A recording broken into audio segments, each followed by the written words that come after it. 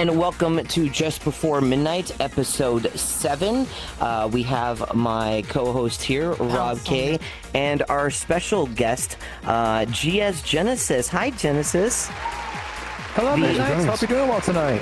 Yeah, I'm doing fantastic, guys. This is the VR Chat game show pioneer himself, and not only that, but he is the creator of this world. Thank you for allowing us to use this. I mean, I know you have no problem with it, but I appreciate you also taking your time and doing this. And it's honestly a real big pleasure to finally get to interview you tonight. It's an honor to be interviewed. So one of the biggest things that I want to ask you before we start is what before VR Chat, what did you do specifically? I was kind of just the average high school loner, frankly, because the story with how my game show stuff kind of came to be was, I've told the story before, but I'm happy to tell it again, is in 1998, about 9-10ish months before I was born, I learned that my mother was on Jeopardy with Alex Trebek.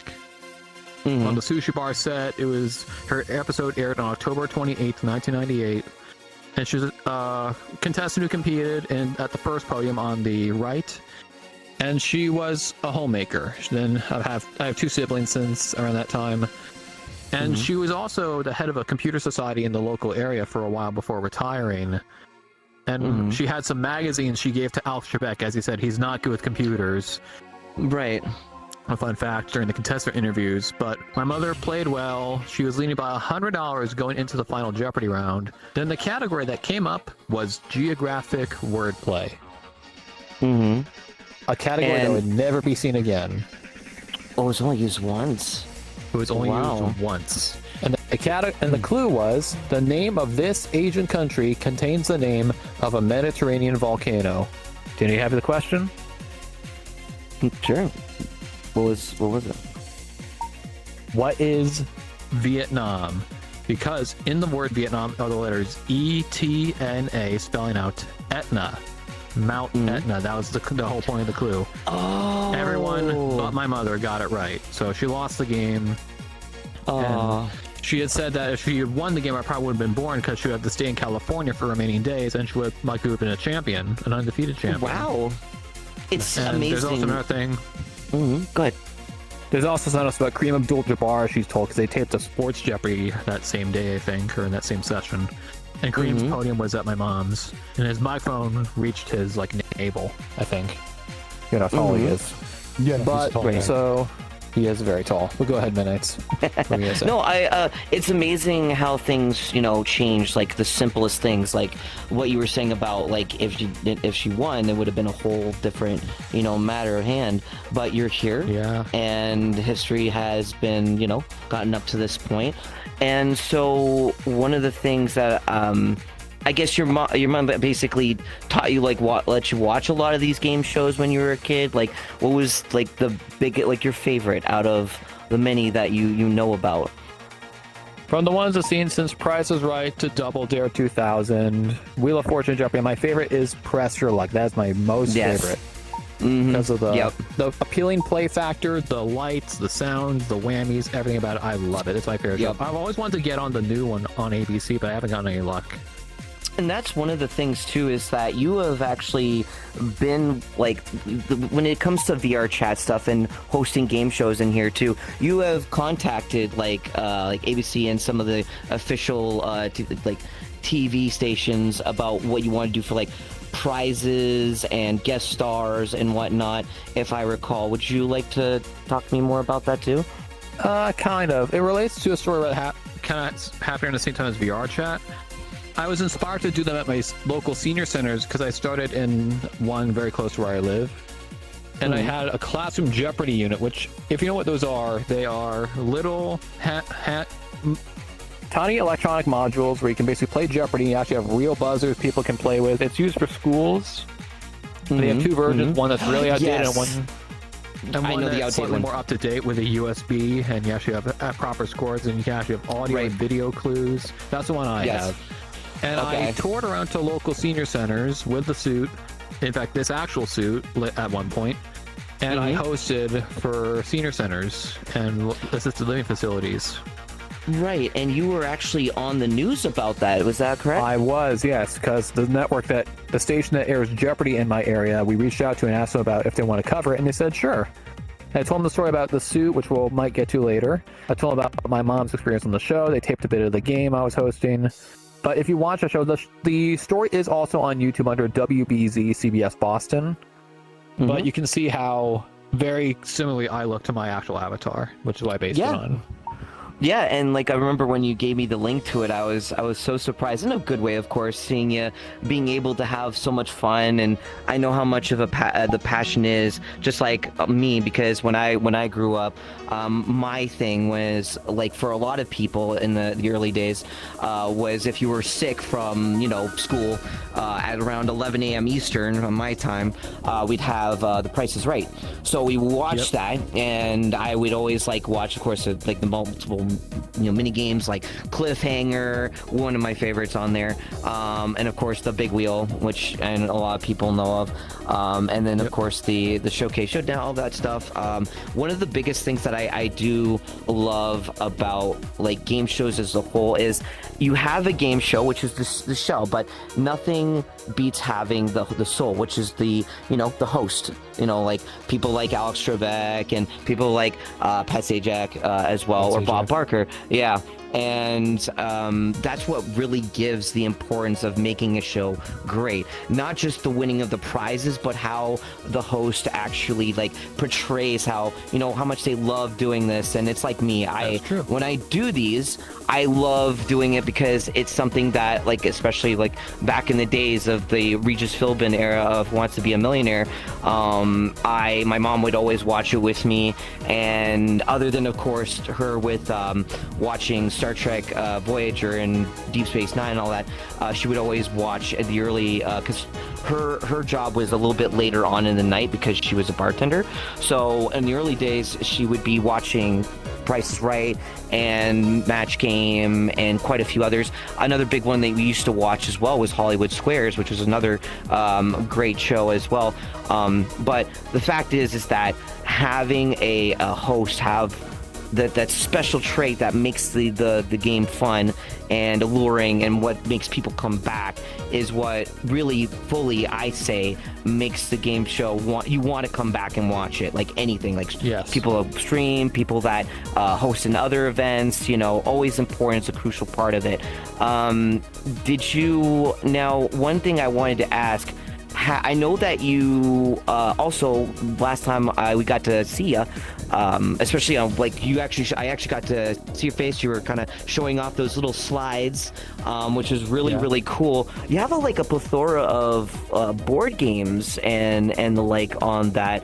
I take it were you more of an avid board game kind of guy, or were you at one point? Yeah. I think I tried to collect some versions of Monopoly for some reason. I don't know why I did that. I'm the same way. I love Monopoly. My mom got me into Monopoly for the longest time, and anything to do with Monopoly, my friends would always be like, but I'm like, don't worry, I'm gonna make it quick, because I don't how Monopoly is, right? You play a game and it can go on for hours depending on how people are. Sometimes they don't want to. The official rule is that the first person that goes bankrupt is when it ends, but. Exactly, but usually the house rules, we just kind of keep going until the end and whatnot. But that's what makes those games great, is with the friends that you have. And when it came to board games, I had things like 1313 Dead End Drive. I had you had 13, yeah, that was a great one, but it was such a pain to set up. It wasn't as bad as Mousetrap. And if you're familiar with Board James or AVGN or Cinemassacre, I think he actually delved into 1313 Dead End Drive, or at least Mousetrap, if I recall. The original called 13 Dead End Drive. Yeah, and here my sister bought it for me, and it was just 13. I didn't even know about that, and that's a great thing is that the remake. when you find it, and it was just it was such a pain to set up. It took forever. But beside the point, just playing games with family is always so great. Like playing it alone, sure, but like, and it's the same with game shows. You have that kind of, you have that gathering of your family, and you'll play. I think one of the biggest things that most families would play or watch together would be either Jeopardy or another one would be Wheel of Fortune, because you're guessing, the puzzle, and you're trying to guess what it could be and stuff, and that was already great. But back to like VR chat. So how did you find VR chat? Like what made you want to jump in to this on this platform? So some friends I kind of have been trouble keeping up with, but they got me into it around late 2017, early 2018. A very small group of friends I used to play Gary's Mod with. They eventually started learning about it, and I was like, I'll see what it's like, because they recommended it to me a lot. Then I got to meet people, gradually make friends. I checked out The Great Pug, the first version of Murder, like way back in 2018. And a lot of old worlds, like the Best Boy community, the early Best Boys, the early Never Have I Evers. But the classics. Then having my game show knowledge and how I did it at my school as well as like just for fun, even though I was bullied every day in school, it's kind of cemented how I feel a lot today about myself. But despite the lack of positive response, I did it at a dual enrollment program in my final year of high school, and it was much more well received.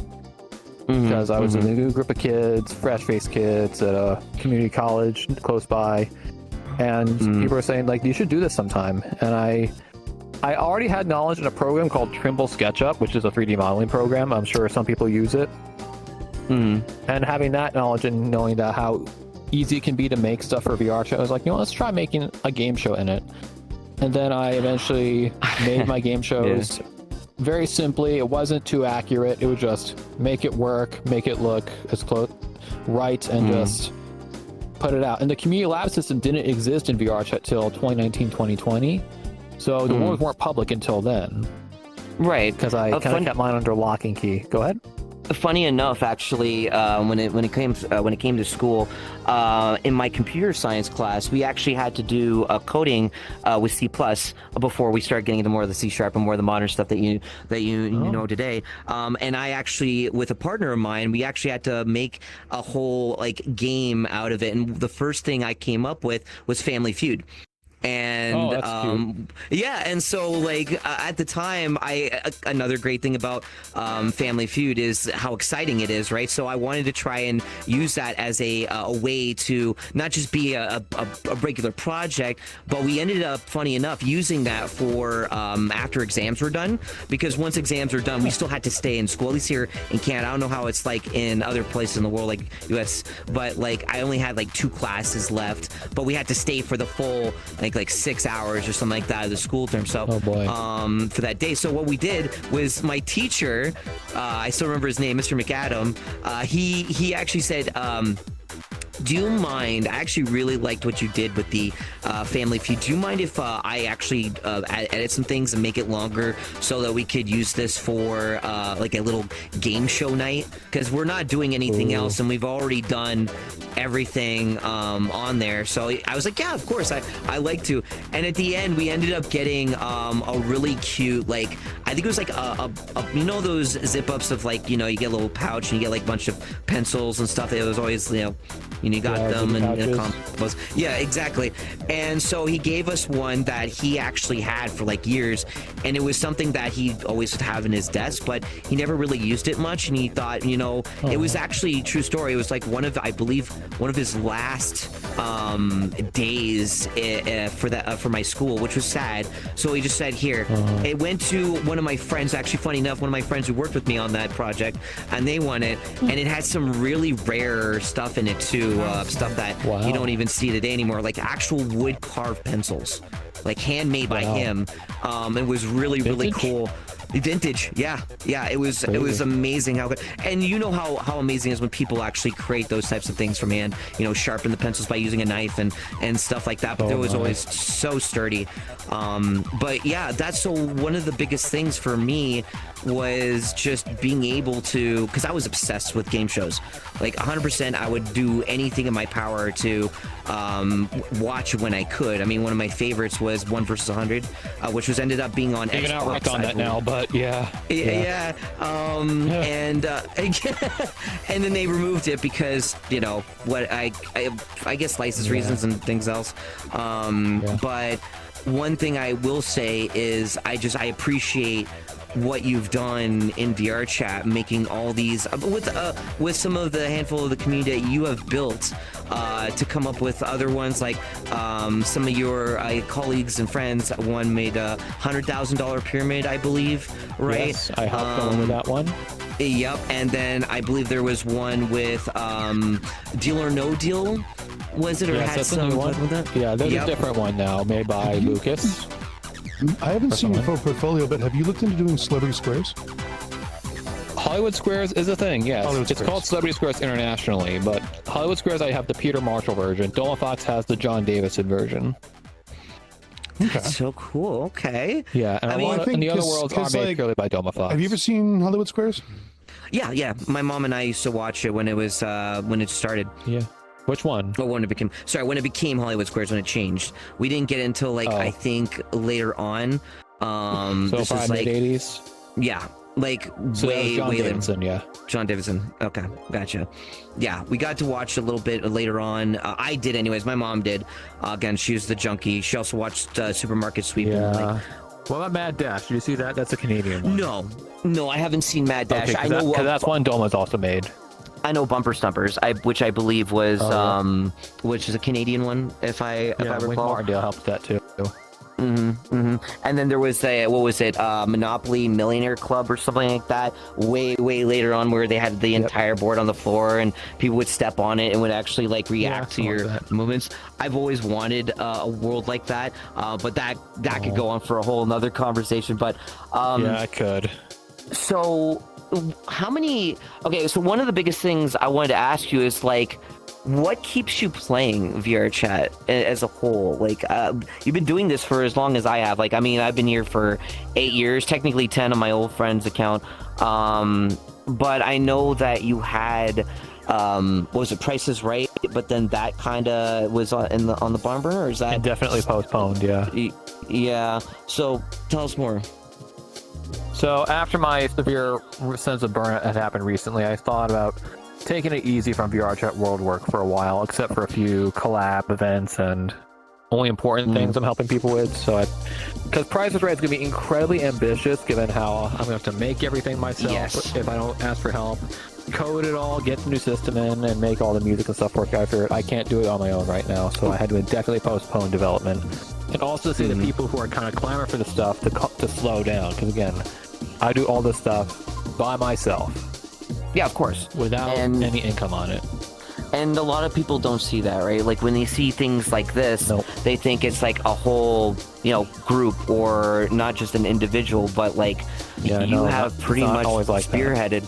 And you were really the one that, if this is true, you were the one who spearheaded a lot of these VR like game shows here in VR Chat, right?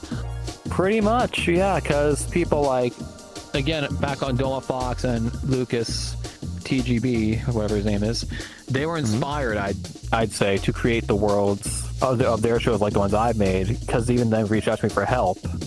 Like Doma asked for help with Pyramid. I actually reworked it from the ground up for him to be as accurate as possible. And he learned from me about how to make that world completely cross-platform. And eventually he learned how to make it himself, like with Card Sharks, Monopoly, Instant Riches, stuff like that. So it's been an inspirational thing, because it shows how people can make whatever they want to make in VR chat when they're inspired. especially within the confinements of the limitations that we have currently within Unity, Yes. and what VR chat gives us.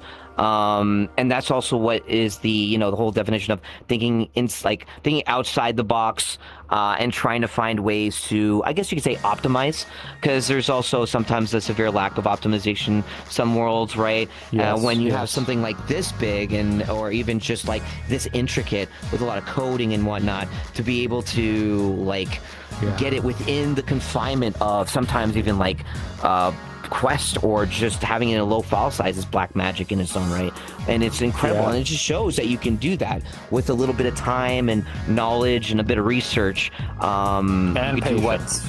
Yes, and patience, yes, which is, I know, and willpower too. That's one of the biggest important things, is because you've got your livelihood, you got work, I know you have a real life job, it's been up and down that when trying to please people, and having to deal with drama, and having to deal with burnout, and everything that's just been stacked on you is alone. Yeah, exactly. It's just a conglomerate of just so much stuff. And yet you're still here, which I will say I am very proud of you, because a lot of people would just quit halfway, because it's not easy. Yeah. It's very mentally draining. I've had It's that tough feeling to a see lot stuff before, you're even completing. lately. Exactly, Completing especially stuff is that's the Yeah. hard one. Yeah, especially especially that passion Venture to part. Unknown partway. Yes, actually, I wanted to talk about Venture to Unknown, because you actually worked within the team with that, which is, for people who don't know, Venture to Unknown was supposed to be inspired by the Mr. Whiskers ARG kind of puzzle way back. Probably to some who are watching this probably have never seen it or heard of it. I think it all started within knew it Ray briefly. Pug and stuff. Yeah, and there was a whole thing that my friend a Jewelry Box actually covered on one of her shows, which was really cool. And actually worked with you on one of the worlds that you worked on, which was Yes. a puzzle one, which was great, by the way. I really enjoyed that. Tell us more about how that came to be, how that whole thing just turned into what it is. So, for context, this was sometime after the April Fool's VR Chat collab, where VR had to infest the worlds. My game show hub, originally it was called, was actually part of that, where I added a little mini game where I had to feed the rat certain types of cheese. And they mentioned in that server that we're hoping to get people to help with a bigger project later on, also featuring the rat. And if you're interested, let us know. So I was like, you know what? I think I want to take on a challenge. So I expressed interest. And in September, I was onboarded to the Venture project. And I was assigned to be a world maker for one of the 4 main puzzle worlds. I was originally paired with someone to help me get it done, but they dropped out barely within 10 days because they said they weren't going to do it if they weren't getting paid as a AAA experienced person. And so since then, I was on my own. And so I was struggling to come up with ideas on how to make it work, because I was also juggling a couple other things, like finishing Murder the movie, and then also working on my plans in real life, having to watch my group's fair events, having to watch The Family Dog while my parents are in Italy. Yep. I'm working on 3 projects all at once in December, which was my Midwest Fur Fest Tic-Tac-Toe panel, where I made the software for it all myself from scratch. I had to head home a day early to finish my New Year's Eve video submission, which got in, thankfully. The Passion video. And then I had to finish Jackpot's event for VCAT by the 13th. I actually had to push it back a day because I couldn't finish it in time. But thankfully, they all got finished within that barely 2-week time frame between finishing Tic-Tac-Toe and the Jackpot video. Was barely a week between them. That's insane. Having then I had to continue working on Venture. So I was barely eating, I was barely sleeping, and that did not include me getting up every morning on Tuesdays, Wednesdays, and Thursdays to go work at the hospital. So I work basically at the front desk of the blood donor center of that hospital. It's a major hospital, globally renowned in the Northeast. So just that on top of everything else, it's just been it was brutal, and I had trouble trying to get because I had tremendous difficulty asking for help because of the fear that they wouldn't be able to help commit and drop out just like that first person. So I was very reluctant to ask for help. And the thing, I remember you were telling me about this, I believe on one of my streams, or even I think just in conversation here, was it wasn't paid. It was already disclosed for Venture, right? No, but it was all volunteer work. And yet this person just drops out, and that's just incredibly it's ignorant. basically. It's abandoned, exactly.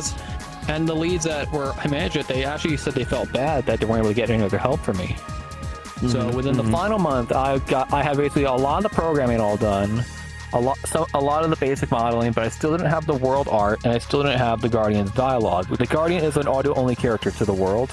So Libby, who was project director, Cozy Pool lead for Discovery, they actually said, you know what, I think I can help you make the world art. And I said, yes, please help me. It was actually So really I sweet. zipped up the project and I sent it to Libby.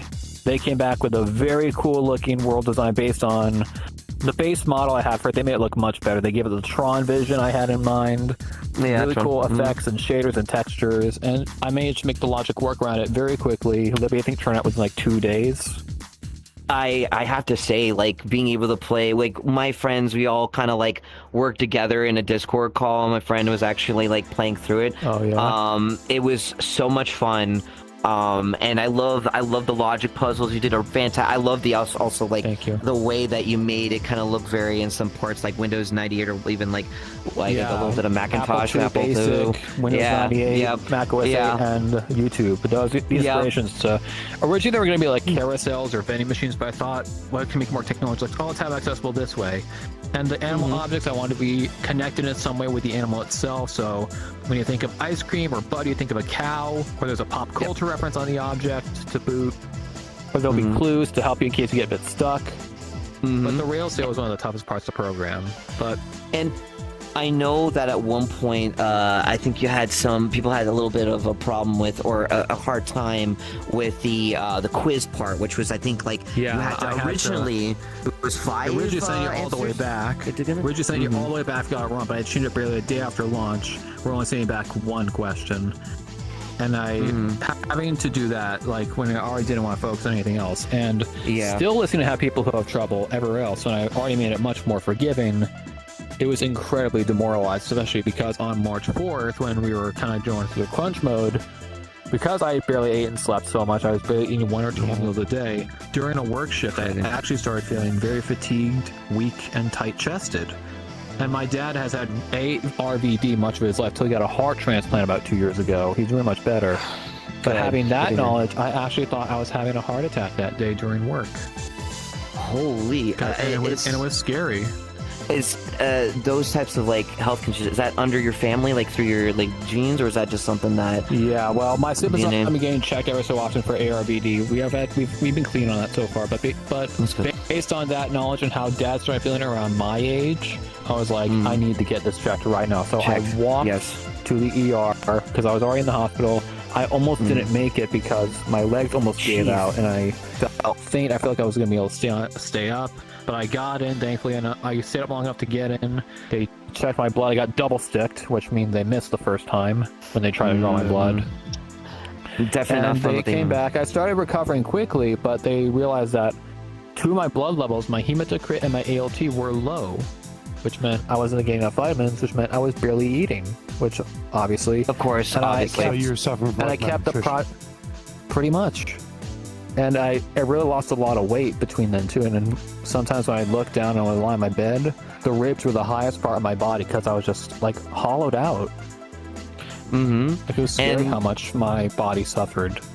Like, and I kept Libby, Dragon, and Atomiclan in the loop throughout that medical emergency, saying that, hey, I'm in the hospital, this and that happened, I'll try and get back as soon as I can. And I think they were really worried, especially because I was backing up the project already in case something like this happened. Like the Dropbox to say, in case something happens, like my hard drive crashed or my computer powered off and got corrupted or something happened with the file, I was backing up the Dropbox every time I saved it. Right, yeah, because you always want to make sure about losing all that hard work. Of course, and it's always important to make sure that you have backups of everything, and including backups of backups. And to be honest with you, like, you are, I definitely can tell, very familiar to how my mom is, very driven to get stuff done, because most people don't, and it drives you crazy. And being a workaholic can be very, very much of a detriment. It's a double-edged sword. Like, you get stuff done, you know you're going to do it the best in your power to, and yet in the other way it can cause you in things like this, especially during, like you mentioned, crunch time, which happens a lot in the gaming industry, right? Like crunch times are very, very like terrible and having to get pushed. And I think one example would be like Rockstar, right? Rockstar is really well known for having crunch time, especially for games like Red Dead Redemption and of course the upcoming game Grand Theft Auto 6. So like you know what, I'm just gonna say this too, is that it's amazing that you were able to do all that. And so is Naughty Dog. Yeah, Naughty Dog's known I for just being have a sweatshop. and like it's bad. So like it happens a lot more than you think, and especially doesn't matter if you're a big company or you're someone doing this with a 2-person project. If one person's out and it's all on you, then you're your own crunch time, because you only have a certain time frame. It was that way since 10 days in. Yeah, and I really, it was a hassle. It was fun to work on the project because I got to really be creative and I had ideas afterwards. But it was hell on earth times 5, as I've said to others, because again, including the other projects I was working on. And I was following up with people when I went to PAX East earlier this year when I was trying to relax from the whole thing. They said, we're really sorry you're still going through that. And they even chipped into my Ko-Fi a bit to say, hey, here's how to help out your finances, because I had to take a leave of absence from work because the stress didn't go away. I had to go to a partial hospitalization program, which then evolved into a hospital admission because I started feeling self-destructive again, because I just felt like things weren't getting better, and I'm still recovering from that. Which is I'm glad you're here with us still. I want you to know, as I do try to make sure that you are, especially in my community, very well known and respected, because you are what my mom is like, just hardworking, passionate about what you do, and your drive, your willpower is, you know, that there's people like myself that appreciate what you've done for not just me, but again my mom and many others.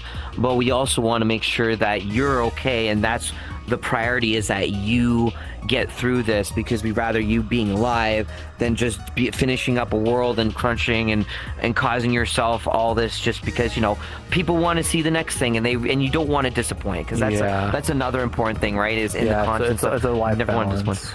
Exactly, and one of the biggest things of being a workaholic is the balance, because it can easily teeter right over very quickly, right? That work gets in the, like, that work ethic, it starts to overwhelm you, and you're just so like, you have like drills of what you're going to do next. Like, you probably, like, every time you wake up, you've got a certain routine that you do, right? Like every day. And I take, right, and like I take it, like, if you even like break that routine, it does it like completely derail your day, or is it like as severe as that, or how is it like it for you to like live in a life with what you deal with? So what I deal with is, recently I felt like the whole world's been out to get me, and that's just honest feelings based on what I've been through my childhood, at school, and basically everywhere I go. Like, especially when it comes to VR chat content creating, I always try to keep my heart in the right place, and a lot of people have told me that I do, no matter what, including the group's lead of VR chat, Tizzy, who I've been talking to occasionally about ideas and concerns I've had regarding VR chat safety. And when it comes to stuff like that and being a good person, I genuinely feel like I'm one of the most misunderstood people in VR chat, because I always do things for good reasons, with good intentions, and I never want to receive, I like to give. And the only thing I expect is wear your heart on your sleeve. Appreciated. Yes, and I feel people take advantage of that heart too easily, like, and often without remorse, and it's it hurts a lot, and it's made me consider retiring multiple times, because I generally can't handle that for a long period of time. Well, I know people like Lucifer Emstar have actually left for, like, I guess a similar reason. I don't know the whole story, but Lucifer Emstar, the maker of Summer Solitude, left a while ago, and Lakuza left, and they're putting Bullet Time Agent on standalone on the Steam store. Well, left I think there was, and so, as in they're not making separate VR chat anymore, or they're making stuff standalone now on their own.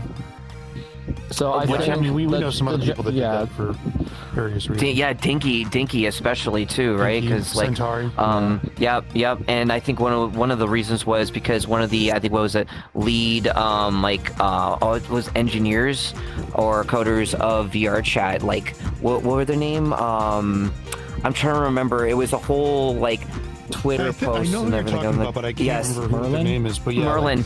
Yeah, Merlin. Yeah. It's a matter of they just like not Yep. liking the direction of where things are going, and not feeling like that what they're making can go somewhere in the long run. Yeah, but I think it depends on the mindset, because I'm still here, and if I had to go, if I made a decision to leave, it would be because of the lack of appreciation from people who really should explore more.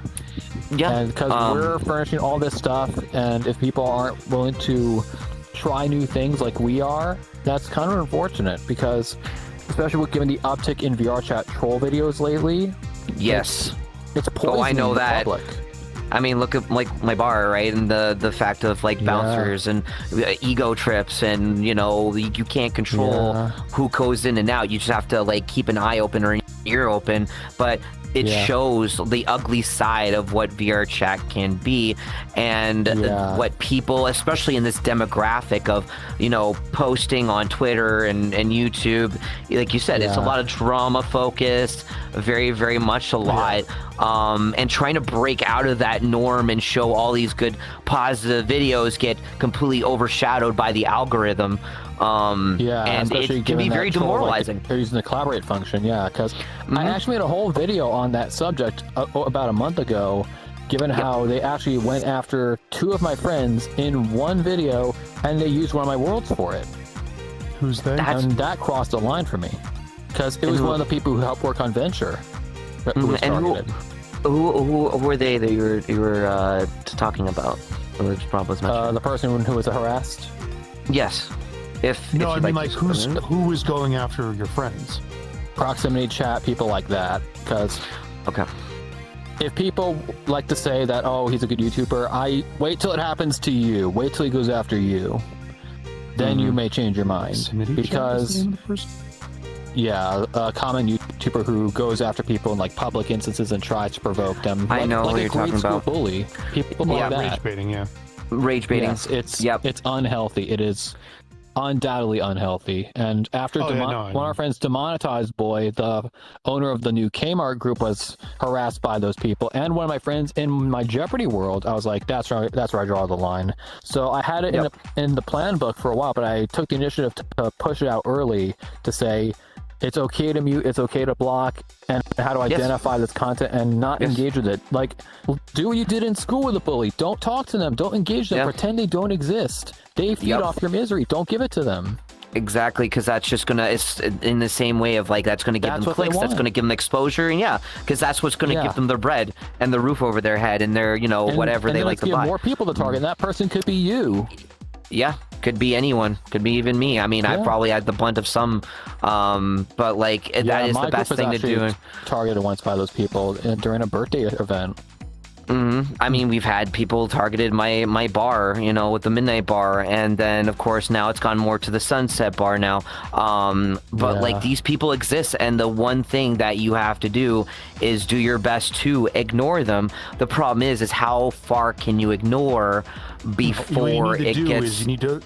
You have to block them. Like, that's straight up. Mute and block. Simple as that. Those buttons are there for a reason. Not engage immediately, because the idea is that if you're just ignoring them, they're just going to keep doing stuff. But if you block, they're just going to. They can't see you. If they're blocked, they can't even see you. You can't see them. They can't see you. I mentioned that in the video.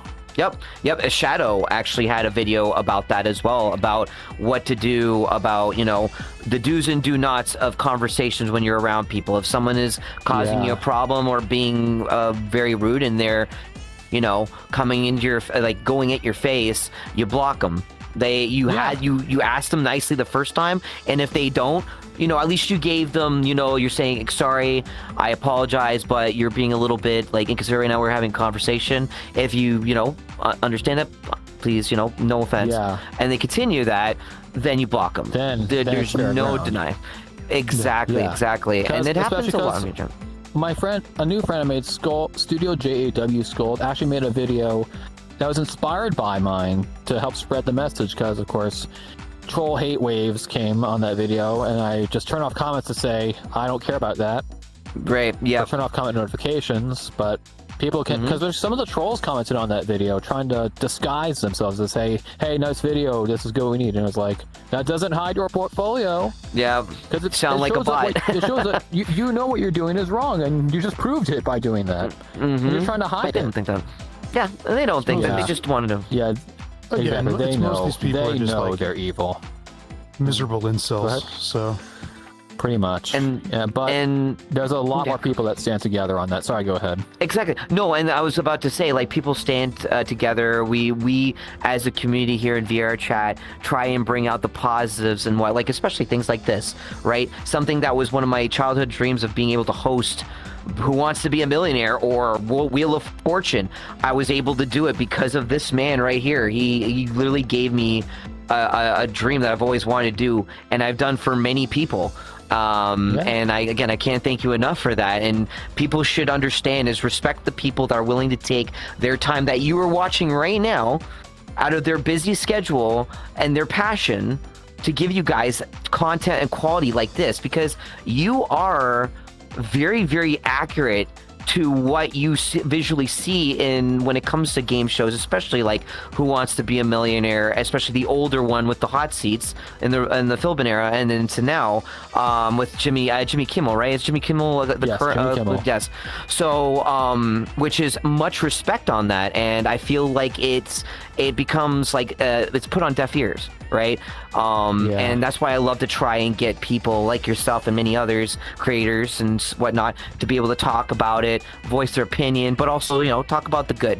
Because at the end of the day, we're here to have a good time. We're here to show the greatest parts about VR or just life in general. Because it's not all doom and gloom, right? There exists like all of you guys, like people that are watching this right now, or people currently on Twitch, YouTube, you name it. You guys all make this so special, the people that care, of course. And I feel bad for the people that like to cause these issues because they probably had bad parenting. I can't, judge. It's hard, right? You can only think. Did the exact same thing what I was subject to. They bullied. Exactly. So now they become the bully, and because that's all they know, right? And it's terrible. But what we can do is try and show that there are good people, and the time that you had when you were bullied was all in the past, and it's not what defines you now. We're moving past it. Exactly. So and we're becoming better people. So if I may go off on a little tangent, if that's okay, because one character I like to attribute myself to recently is Superman, and not just Superman, but his alter ego Clark Kent. Because I feel like I'm more Clark Kent in real life, where I'm just more humble and meek and willing to just step aside for a bit. But in here, I become like Superman. I care a lot, and sometimes I'll put myself at risk to prove a point for the safety of the greater good. If that means like owning up to my own mistake easily like that about something I said, or making it clear that this is a bad message and here's what you can do to resist that. Even if it's putting myself in harm's way for a bit, I am not afraid to do it. And that's just what Superman does. Yep. Especially with the cosplay I have coming up. Yes, of course, which is based on Christopher Reeve's Superman, correct, is it? The one coming in is going to be, but the one I remodeled is based on a different version. Okay, which looks great, by the way. You guys can actually see it. I believe you posted it in my Discord, right? In multimedia. In VIP. If you ever want to, feel free to throw that into the multimedia section as well. I should. Because it's great. Actually, when the rewind comes into it should be coming in tomorrow. For sure. Actually, one of the things I have in my notes was something similar to that. So, again, notice that you were cosplaying as Superman. What have you done other cosplays other than just Superman at all, or? I have, yes. I did Spy versus Spy with my mother for a couple of years, and it was really well received. Spy versus Spy. Boba oh my Fett, god! Like a very simply made Boba Fett. I did who else? I did Cobra Commander for a year, based on the Sunbow cartoon. Like very accurate with the blue buttons, the cleat covers as part of his pants. It was a very accurate costume to the cartoon. I also did, and recently I've done more of my game show host persona at times, especially at Midwest Fur Fest, because I do own the actual suit that Zavtar uses, a real suit. Yes, which was actually like Alex Trebek's blazer they were having. The jacket and pants were actually worn by Alex Trebek on show 8282 of Jeopardy, one of his last shows. Which is like incredible that you're. How were you able to pull that off? Like it was an auction, right?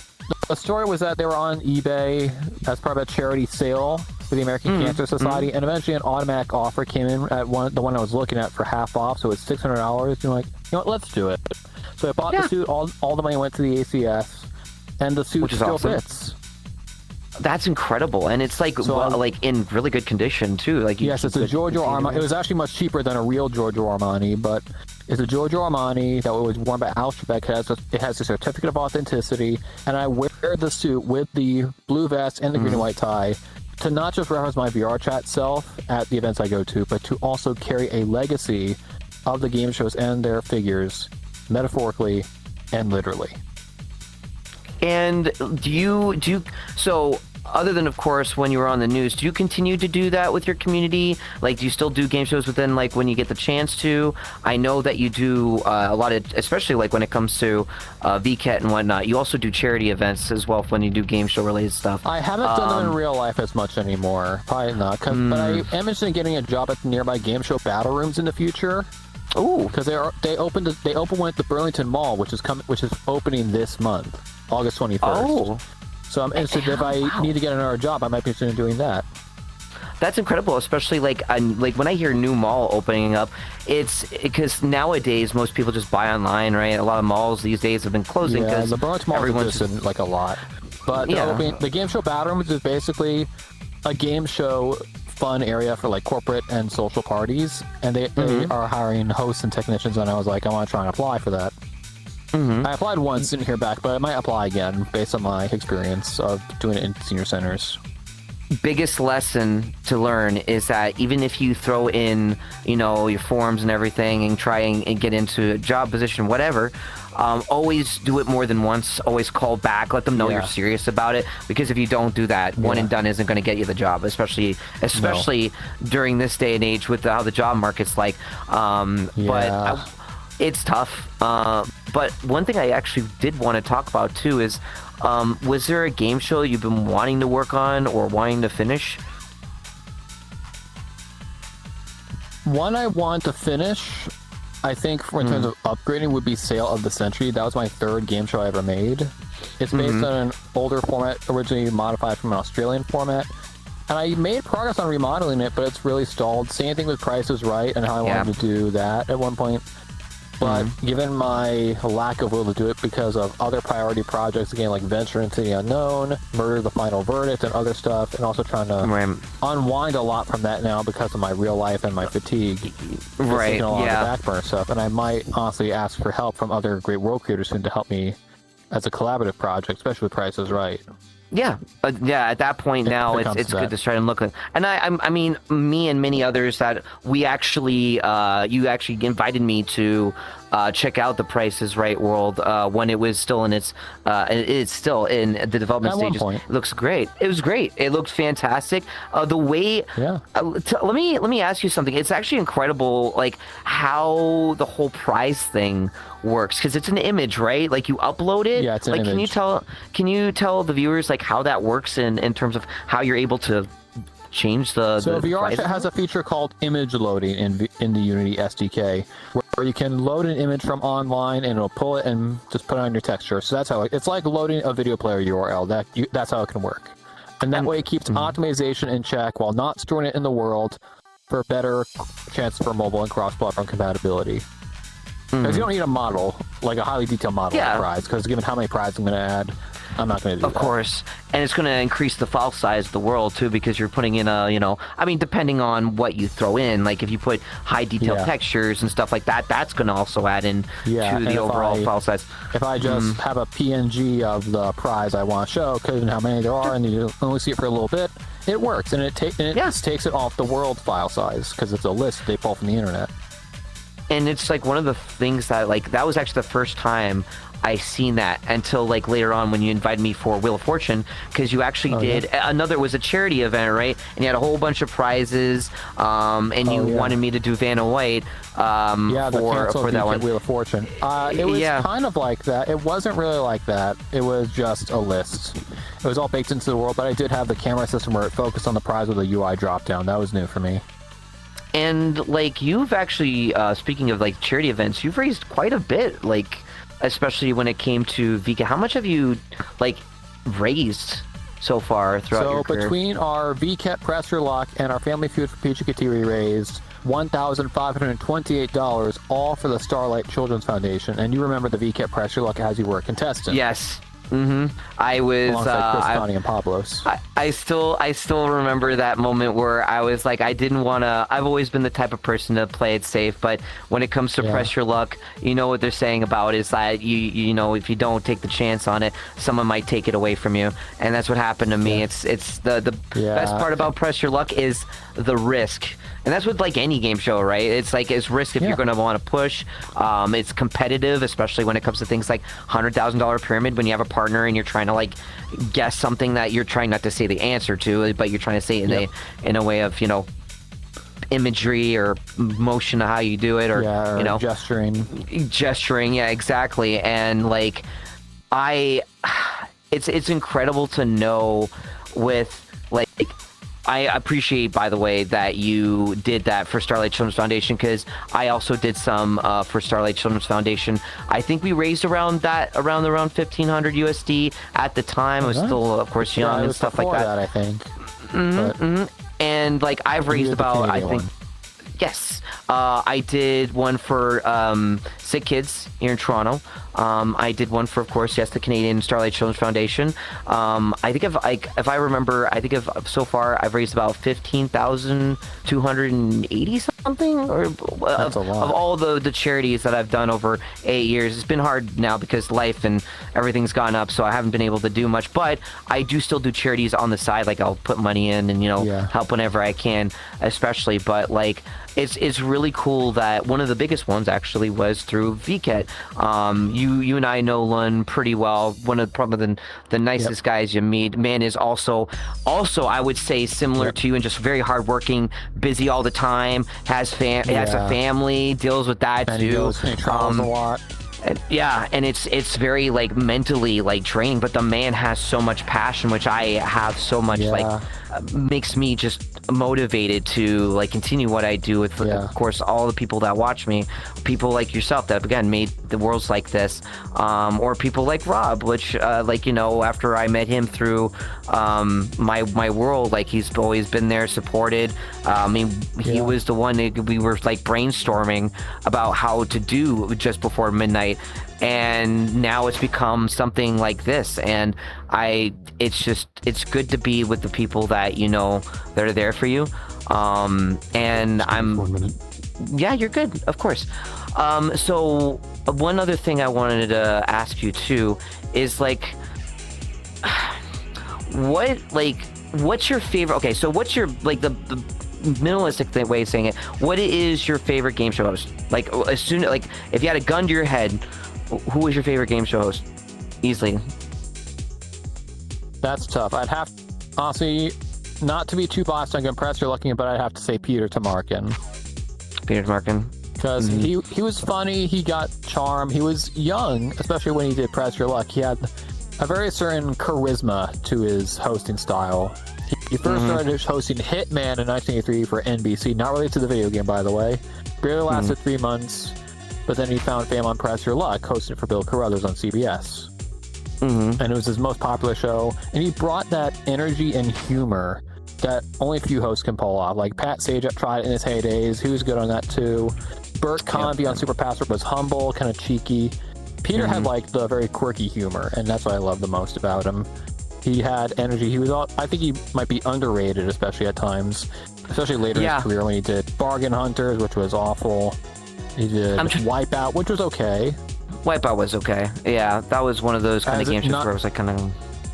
Well, not the ABC Wipeout, not the current Wipeout. No. Not related. One thing actually, like mine was, I always, of course, I mean, always appreciate, you know, Pat and Bob. I think Bob Barker was mine, like Edge. The man was always just so welcoming and so great. And the way that he engaged with his audience was just so warming, and I always look forward to watching him. And God rest his soul, you know, when he was on what was it? Oh, I'm trying to remember. It was with Adam Sandler. It was Happy Gilmore. Happy when Gilmore, he was yeah. on that, and that made me laugh so hard. When I first saw it, when I was younger, I laughed so hard. Gets beaten in by Bob Barker. Yep. And there was even ones. I think he had some tie-ins with some talk shows. I can't remember the one where he was like in the hospital. I think it was with was it Conan O'Brien? It was a Happy Gilmore. Happy Gilmore again, I think, with that. Okay. Yeah. Because I know that Bob has been on, of course, many talk shows in the past as well as hosted a lot of shows like Truth and Consequences. And now that what we have with like Drew Carey, because Drew Carey currently is the current host of the current host, yes. Yep. Which I think, like, in my opinion, he has evolved quite well compared to when he used to start and to now. He was kind of more, he wasn't sure how to fill Bob's shoes. Yeah, exactly. Because that's big shoes himself, to fill, right? His own show like that, yeah. Yeah, exactly. That's what makes the show. Yeah, some people actually remember from the old Whose Line Is It Anyway, so people had shirts that said, Whose Price Is It Anyway, when in Drew's first taping days. As a reference. I mean, I've always known Drew Carey for Whose Line Is It Anyway. Watched a lot of that when I was younger. There's a VR chat world of it that you can go to, which is actually really cool. Couple, I think. Yeah, and that was a really big time in the heyday with him. I mean, he had the Drew Carey show, and then of course again, Whose Line Is It Anyway. And so going into such a big, again, having big shoes to fill after Bob Barker retired. Though there was moments where the anniversary he came by for an April Fool's, which was amazing. I was actually very surprised about that. Welcome back, by the way, Rob. Last time he was welcome back. Yeah, no worries. Actually, I want to ask you, Rob, you remember that one day where Bob Barker actually made a guest appearance back, like a surprise, back on, sorry. Oh, my goodness. Sorry. April Fool's 2015. Yes, April Fool's. Yes. So, truth be told, I never actually watched many game shows. Really? I mean, I saw, I was aware of Jeopardy and Who Wants to Be a Millionaire because my parents watched it, but it wasn't something that I actively watched. Did you ever watch a bit of Price is Right or anything of that sort? I mean, I've seen like the Bob Barker Price is Right and the Drew Carey one, but I think I don't have cable TV, so I think the last time I saw it was maybe like 10 years ago. I've also noticed, like, with the Price is Right, they've been doing these kind of like here in Canada. We've gotten like these like dietary versions of it. They're like kind of like short ones, like short form content like of it. in prime time, probably. Yeah. Yep. Which is kind of is cool. I mean, I forget what it's actually called. Yes, it's a nighttime version of it. Yes, which is pretty recent. And even to me, I don't know how I feel about it, because again, it's more of a morning thing that I always thought about when it came to The Price is Right. But hey, I mean, if it's more for people that can't be there for the actual, show, they can watch it on YouTube and all that, because there's like a plethora of those available on that. Yeah, and reruns through Buzzer and GSN. Yep, Game Show Network. Yep, I have that on my TV. My mom will watch it from time to time. I think Buzzer's also a satellite network, so that must be better for the Fremantle shows. Yeah, and one other question about like game shows as a whole: what do you think is the most underrated? That's a tough one. I'm not sure. I said Steal a Century at one point when I did it with Nova Notes. Yes, but I'm not sure because that's more internationally known. I think like when I think of like a game show that I find that deserved a little bit more was The Wall. The Wall. Yeah, and because for people who don't know, The Wall is basically you would have a partner, right? They'd be in a booth in like the back. They would not be able to hear anything except for maybe some certain things that happen during it. But they don't know how much money you're making, how much money you lost, because every time you got a question right, it was a green ball, and that green ball would get money, and then if it's a red ball, then you would lose money. And at the end, they would call up their friend, and they would have an insurance clause, like they could sign it, and they would get, I think it was like what, 25,000 or something small. It was a small amount. But you could win up to, I think it was like $500,000 or something, like a lot of money, right? And I always found that underrated because it's you had the first half very, very like exciting but also very stressful, and then the end part where it could get very dramatic and very stressful because you would have made like, I remember this one contestant made like $350,000 at the end, and their partner signed the contract and they only got 25,000. Ouch! I have my eyes. And it was like, and things like that is, exactly. It's those types of things that a lot of people don't know about, and I think in like nowadays, of course, like TV is, going more into the internet now and YouTube and everything else on that. You're watching it more on there. But other than that, so I want to ask you too, like, what are your plans? Like, what do you see yourself like working in VRC in the next 3 years, or do you have a plan of? You were mentioning about like other ventures that you wanted to go, because I know you were also mentioning about instead of just doing game shows, but also doing other projects, movies, stuff like that. Where do you see yourself in 3 years? Oh, Rip. oh. Genesis told me that might happen because his headset is a little bit buggy. Oh, there you go. Hi. I'm back. My eye was really hurting. Oh, are you okay? Yeah, I'm fine. It was just super itchy. Okay. Did you want me to relay or give you the question again? Yeah, repeat. Yeah, repeat, please. Sure. So, what is your plans in like the next 3 years? Have you kind of gotten an idea of where you want to go next? I mean, I know it's definitely not going to be VR chat forever, and I know you said you wanted to work more in like, other than of course making worlds like this, but more into like movies, cinematography, right? Yeah. I mean, no matter what, I'm probably going to be always present on VR chat, but maybe not making worlds or content as long as I want to. I still want to at least try and do Price is Right, even if it's going to be my last world I ever make. But I want to establish more of a visual legacy at one point where I make stories, maybe even use VR chat as a tool to make bigger stories like based on licensed properties. Kind of like how Disney approached VCAT for the Tron Ares world, which is stuff really like that cool. would be nice to do in the future. Like make a name for the platform beyond the internet. Yeah, I mean, like you also had that one where it was like the Teenage Mutant Ninja Turtles thing. I think was one of the. Yeah, I tried that. It didn't go through. Like the TMNT match game, that was an idea. Yeah. And maybe even using VR chat as the inspiration to bring a game show like the one I made to real world, like the Jackpot Mono Revival. That could be possible to bring to TV, because that was actually one I would say was underrated. Jackpot. And even like you were mentioning about like getting Disney, like VCAT working like Disney and stuff like that. VR chat has become such a big thing now. It's like a big moment. Icon, technically. Yeah, so we're getting to see a lot more of these businesses come in. I mean, I think VCAT have like Mercedes-Benz at one point, a couple other big ones as well. Like it was incredible. NBC Universal as well. Yeah, so like there's always an opportunity to have happen here, and then I hope like that actually does happen again. Like what we were talking about earlier is like you don't do a one and done. You keep trying. If they're already interested and they've already kind of talked with the people within VR chat, especially the business side of things. What's to say that you're gonna have the opportunity again? Anything's possible. And I hope in some way we get to see that, because the TMNT thing was such a cool idea. I'm still hoping to follow up with the guy, see if he's interested in doing it sometime in the future, maybe for the 40th anniversary of the TMNT cartoon. Yeah, it'd be nice. And they're all still around, hopefully.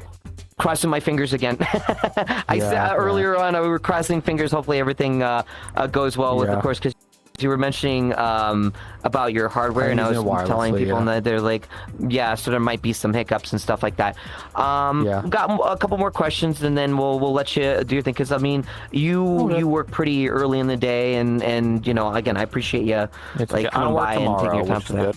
Oh, heck yeah. Okay. Well, was there ever a time where you wish you could have told yourself to push onto something you're interested in but never did, like way back then? If so, what was it? I don't think I've ever had that feeling, especially because I usually ended up doing it anyway. But I think one technical example is trying to get Final Verdict done more, because for a contest, I made a VR chat short film last year called Murder the Movie, which is based on Jar's Murder Worlds, because I do know Jar as well. Yeah, and it had a deadline to finish because we were originally making it in time for something else. And then we decided to make a sequel at some point, and we're still writing the script. So we're trying to take our time, but I wish I had more time in my day to actually contribute to the script more and just think of stuff to put into it, because I really want to get it done sometime soon. Jar is an amazing person too, like absolutely like one of the hardest people as well. Does a lot for people who don't know. Yeah, and worked on also different types of game worlds. One of them was I think it was Price Match. It was one for Price example. Guess. Price Guess, and the other one was this fortune teller one, which was also a lot of fun. I enjoyed that one a lot, and many more. Spirit Speak. Spirit Speak, also yeah. Catch That Phrase, and of course Audience Anarchy. And a fun fact, I was actually invited to test Audience Anarchy before it came out. Oh, really? How did all that happen? I guess because I was in the community for quite a while, getting to know Jar and her friends, and she said, hey, I think her friend Missy Nichols said, hey, we're hoping to do a world test, it's confidential, you want to come in and help test? And I said, you know what, sure. And I saw Audience Anarchy for the first time, and it was like, this is going to be a hit right away, and by golly, it was. Yeah, I mean, I think right now, even while we're talking, I think we've got like, 5,000 people that still are in the world doing Audience Anarchy. There's groups made specifically about it, and people originally made community scripts. Jar had to stop doing them because she wanted to work on other projects, but there's a lot of things you can do there. There's a lot of scripts. I have three of them. There's like two different versions of the world too. There's of course the Audience Anarchy and the improv freestyle. Freestyle, and you can customize it wherever you want, which is incredible. I think I would say out of all the Jar ones, yes, I definitely think that Audience Anarchy is like my favorite. Price Guess is like second on that, but like to me, again, like you're mentioning, like sometimes when you have like a really good world that you're happy about, that you want to continue on. What about you? What's the proudest like world that you created that that you're just you'll always remember it no matter how many times you've worked on it? I think there's two answers. The one I'm proud of that's a game show would be Jackpot the Mana Revival, because that was a VCAT 2025 winter premiere game. It was meant to debut there and have an event where people won actual prizes. So that's what I made it for. Then it became public about a couple months later. That was incredible too. You put a lot of like actual real life prizes on and you have a team. Which is incredible. And I think originally, again, talking about the Wheel of Fortune, those prizes I like the Switch to and stuff like that. Because you were calling, was it CBS that owns Wheel of Fortune, or Sony? Which Sony? So you were also talking with the coordinators over there, asking if it was okay to publish that out, right? Yeah. I guess that was one of the reasons why it didn't work out, was because of that, or. Yeah, just because I never heard back. Yeah, because originally you said they were genuinely interested, right? Like they were kind of like enthusiastic about it, and I guess it was just because it got busy, and it's Sony. I mean, it's how it is. Now, one final thing that I made up. And before we get into Q&A, if there's anyone in the chat that would actually like to ask GSGenesis, I did a little bit of a millionaire question. So I want to know if you can guess it right. And there's no lifelines, unfortunately. So we're just pretend that there are no lifelines. It's just the question. And I'll give it to you right now. So you ready? I'm ready. Let's play. All right. So here is your question. What was the launch date of the Midnight Bar? Was it A, March 16th, 2023, B, April 25th, 2022, C, January 1st, 2021, or D, June 19th, 2024? Can you repeat the answers, please? I have something in my face for some reason. Sure, of course. My hand's going away. So you just need the answers? Yeah, I do. Sure, okay. Sorry, I got distracted. Yeah, no, that's okay. So was it A, March 16th, 2023, B, April 25th, 2022, C, January 1st, 2021, or D, June 19th, 2024? I'm going to say B, the 2022 one. Final answer. Final answer? Unfortunately, it's not. It's March 16th, 2023. but that's okay. Right. That's okay. I wanted to do that because we're here in the world, and I thought it was like a cute little mini game, and you know, it's all fun. But yeah, I want to say again, GSGenesis, thank you so much for hanging out with us tonight. I really appreciate you know, everything that you've done. Anyone in the chat that, of course, because we're currently also on Twitch, we'll throw in another Q&A if anyone doesn't have one in a minute or two. Rob, what about you? Do you have any questions you want to ask GSGenesis at all? No, just thank you for your time, for joining us, and you know, talking so much. I feel like Anytime. I feel like I didn't really have much to contribute to this one because you're way more versed in game shows than I am. So, yeah. And I try my best to, you know, host events, especially with Rob and the boys. And when it comes to like, we should try doing more game shows on there. It could be something fun if we find a way to. Yeah, and now we've got like a group setting. Yeah, especially now that we have GSGenesis and the. Mm-hmm. Yeah, again, like, Yeah. I'm really surprised that is there a Hollywood Squares? Kind of going back to There is a Hollywood Squares, yes. I've should made try doing one that at some regular. point, It's 'cause we based have on a Peter large enough Marshall. Doma Fox has one called Hollywood Squares 86, based on the John Davison version. Okay, I would love we to should do check it that. out next time. I need to not refresh this week, my on the next rules and weekend. stuff. Yeah, I would love that. That'd be good. I mean, of course, if you're able to, we'd love to have you over. I know, again, you're busy, and of course, being like, even though you're off, you have a sleep schedule, right? You're already kind of attuned to it, and it's hard to like stay up if you want to. You know, it's difficult. But hey, we'd love to have you nonetheless. You know, the times that we usually go on, it's usually like 10:30, right, Eastern, Fridays, around that time on Fridays. Yeah. Actually, we have Neo has a question there. What was the most memorable game session you've hosted? That's a good question, actually. I think the most memorable was the Jackpot Model Revival VCAT event, because when I announced the winners of who won the prizes, I think I was like the most happiest I'd ever been hosting a game show in my life for VR chat. Like, I had the most energy, the most genuine pride. It was really enjoyable. I felt the same energy from when you had me for Press Your Luck for VCAT as well. You were very like excited, and even with, of course, like the little bits here and there. I mean, I even threw in some money for the charity. I was like, I wanted to support it, and it was good. And Yeah, pretty much. Yeah, and hopefully, because I do, you know what I said before a long time ago, I've always would love to hire you for a really authentic variant, like one as best can for Deal or No Deal, because I know there's one that exists, but I'd love to have one with the, you know, the images or stuff where we can like customize like maybe little items in there. Maybe you open up and it's like, maybe you know, Lucas could, because he made one recently and he's part of our group. Oh, recently, as in like how recent? I think earlier this last month. Really? Yeah. Ooh, I might have to check that out because I love Deal or No Deal. So yeah, I might have to check it. And everyone else, thank you, Neo. I appreciate over there doing the camera work. Thank you so much. Editing that is being done here is Wiggly Piggly VRC, who was actually in the chat earlier. Thank you so much, Wiggly. I appreciate it. Rob, thank you very much for being my co-host as always. And one more thing before we go to, where can people find you, GSGenesis? They can find me on Blue Sky, Twitch, YouTube, and Ko-Fi, commonly under GSGenesis or GSGenesis VR. We also have 3 VR chat groups designated by our group codes. The main one is the Game Show Communities of VR Chat, being GSC VRC.1583.